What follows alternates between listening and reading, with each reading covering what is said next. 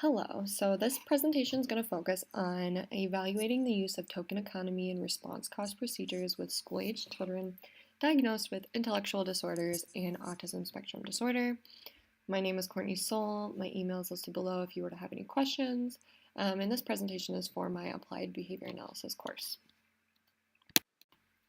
Before we get into the current research that's been done in these areas, I wanted to spend a little bit of time going over just some quick definitions on token economy and response cost.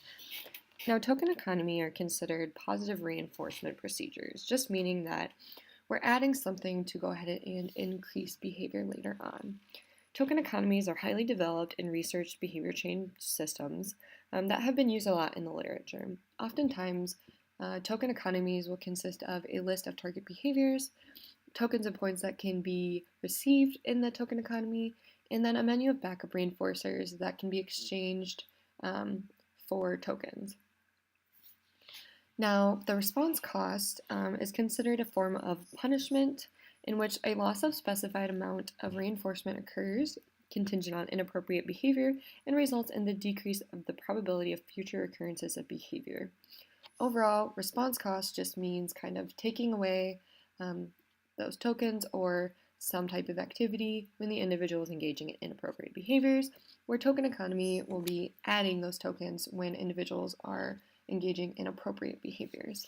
In the middle there, you'll see a version of a token economy, kind of very simple one, but just so you kind of get an understanding of what they might look like. Just to go over this briefly, 7 elements of a token economy that were explained in Miltenberger in 2008 are first starting with the target behaviors. You want to make sure that you're selecting desirable target behaviors to be strengthened when using a token economy. You then want to determine the type of tokens that you'd like to use. This can be poker chips, stickers, little coins, fake money, whatever really you're kind of thinking for the individual. After that, you would then determine backup reinforcers, so a list of things that the tokens can be exchanged for, and you want to make sure those are relevant to the individual you're working with. Next, you want to determine the reinforcement schedule. Is the individual going to receive a token for every single appropriate behavior, or is it going to be on more of a fixed or variable interval or ratio schedule? Next, what you do is determine the exchange criterion, so how many tokens are going to be needed to exchange for the backup reinforcers, and then as well as determining a time and place for exchanging those tokens for backup reinforcers. The more that we kind of plan this out, the more that the individual will be able to make those connections between what they're getting tokens for, when they can exchange those tokens, and just really kind of letting them understand things. And you can see that's number 7 down there is a response cost. Now, response costs are things that can be added to token economies pretty easily by just removing the tokens that your client or student is already earning for their token economy whenever they're engaging in inappropriate behaviors. The first study that I wanted to add to the presentation was done by Fox and Mendel in 2007. Essentially, it looked at the long-term successful treatment of aggressive and destructive behaviors in a pre-adolescent with autism. The participant was a 13-year-old male diagnosed with ASD who communicated mostly with echoics and or one-word requests or gestures. He was approved for 42 hours of services, just so you can see how severe his behaviors were. Target behaviors were listed as aggression, being hitting, kicking, biting, headbutting, and using items as weapons, as well as destruction, which included throwing objects and putting holes in the walls with his head. Now, backup reinforcers were determined prior to implementation as being television, a DVD player, and using an internet to find different pictures that he enjoyed. The token economy was set up as a pretty general token economy, where he was given tokens for correct responding to the teacher and for behaving appropriately, which meant not engaging in any of those aggressive or destructive behaviors. He was then allowed to exchange the tokens for reinforcers when he got enough tokens, and was given 5 to 10 minutes of engagement with the item that he would exchange the token for. As far as the response cost, any imminence of the target behavior of that aggression or destruction meant that one of his tokens was taken away. Now, if the behavior occurred during a preferred activity, he also had to stop the preferred activity and return back to academic instruction. Now looking at the graph, we can see that months are labeled on the x-axis down at the bottom, and his aggressive behaviors per day are listed on the y-axis. Now from baseline to intervention, we do see a big decrease in his behaviors over time. In baseline, he was averaging about 102 behaviors a day. To that first month of intervention, he was already down to about 5 behaviors a day, which is a really, really, really great decrease of those behaviors. You then, at 6 months, see that it's decreased even further to about a 0.29. And then at about a year after the intervention being implemented, he was only having about 1 to 2 behaviors a day, which is really, really great maintenance for this type of procedure. But overall, we do see that the token economy and response costs were effective in decreasing those aggressive behaviors in this student. Now the next study I added in because I found it to be pretty cool, a different kind of application of the token economy and response cost system.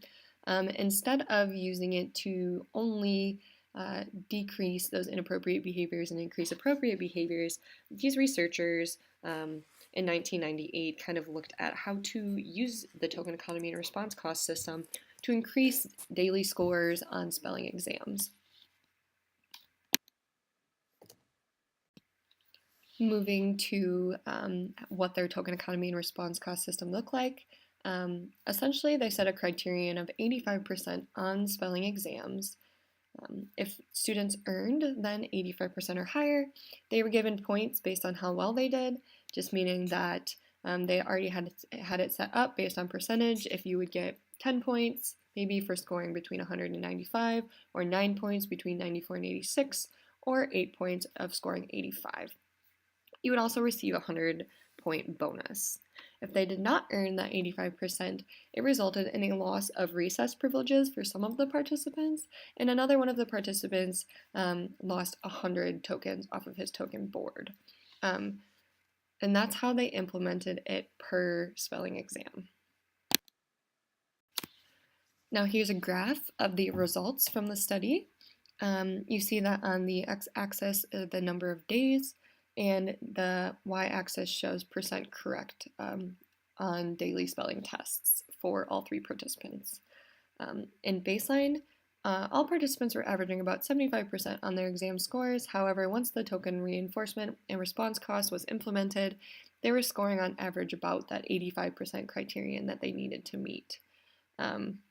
Specifically, participant 1 increased from 79 to 87%, participant 2 increased from 70 to 79%, and participant 3 increased from 77 to 79. So a good use of token reinforcement and response cost on exam scores. Now there wasn't a huge increase in the exam scores, but we do see an increase, meaning that it was an effective way to implement these 2 procedures. The third study that I included in this presentation was a study done by Leprime and Dittrich in 2014, where they evaluated a treatment package consisted of discrimination training and differential reinforcement with response costs in social story on vocal stereotypy. The participant was David. He was a 4-year-old male diagnosed with ASD who engaged in high rates of vocal stereotypy at home and at school. A changing criterion was designed to gradually decrease the vocal stereotypy to a lower level. Now, the discrimination training I thought was an interesting piece here, where they used different colors, green and red, to discriminate between 2 conditions, where the green was more of this token economy where they could earn and exchange their tokens for prizes, and then the red condition consisted of the response cost, where they were losing tokens based upon the vocal stereotypy. Social stories were utilized to begin each condition so that David could read through and understand the contingency upon the condition. He was also given the same color wristband to further help him discriminate between those 2 conditions. So as previously kind of talked about, the token economy and response costs were split into those two conditions, where the red condition was the token economy, or the red condition was the response cost, and the green condition was then the token economy. It looked like he usually started in the red condition, where those tokens were removed for the stereotypy. However, if he met criterion, he was placed into then the green condition, where he could exchange those tokens for preferred items and activities. The researchers split the criterion design into 3 different phases to slowly increase the amount of time that he had to emit those vocal stereotypies, while at the same time gradually decreasing the amount that he had. Phase 1 consisted of 5 1-minute intervals, Phase 2 was 5 1.5-minute intervals, and Phase 3 was 5 2-minute intervals. Every time that he reached criterion, the next criterion was just a 20% decrease, and this occurred throughout all of the phases. Now, by looking at the graph from the research, it does kind of look like a lot, so I'll explain it a little bit. Down on the x-axis, you do see session number, so there were quite a few sessions. And on the y-axis, you see percentage of intervals that he was engaging in that vocal stereotypy. So baseline, he was showing pretty high vocal stereotypy. By phase 1, he was engaging in vocal stereotypy for about 60% of the intervals that he was being placed into. By phase 2, which is located under the across the dotted line and under the 7.5 at the top of the graph, where at phase 2 he was already down to only engaging in vocal stereotypy for about 10% of the intervals that he was placed into. By phase 3, which is again located on the next dotted line under the 10-minute identification there, that he was down to an 8% of occurrence of that vocal stereotypy throughout the intervals. Overall, you can see that the behavior did gradually decrease over time, which I thought was really, really great. And the use of the token economy and response cost system did work for this individual. Now, I really did like the changing criterion design for this, as it did help him to slowly decrease those behaviors rather than just try to eliminate them at once. But you do see that decrease from 60 to 8% by the end of the intervention. So for a general discussion about things that I found throughout my literature review on this topic, I found that token economy and response cost procedures have been found to be successful in decreasing a variety of behaviors, but also increasing some of those behaviors. So behaviors that were decreased across the literature review that I did were aggressiveness and destructive behavior, as well as vocal stereotypy and noncompliance. And then spelling examic scores and compliance were behaviors that were increased using these 2 behavior change programs. Now, token economies and response costs have also been shown to be effective in producing behavior change within a variety of populations. Within the literature review that I did, I saw success within children diagnosed with ASD, children diagnosed with intellectual disorders, and also typically developing children. So just some information to note when creating and implementing a token economy or response cost system. Something that was noted within the literature is that it might be important to directly involve the client in the creation of the token economy, pending that they're old enough to kind of understand that. As well as individualizing each token economy towards the individual's preferred activities or interests. So with the current clients that I work with, I like to kind of focus it on the things that they really enjoy doing. So for instance, the token economy board might look like a Minecraft page, and or it might include some type of Power Rangers, and you can do this with just the board in general or even the tokens. But these 2 things do kind of help to increase buy-in and motivation to engage in the token economy and response costs in the first place.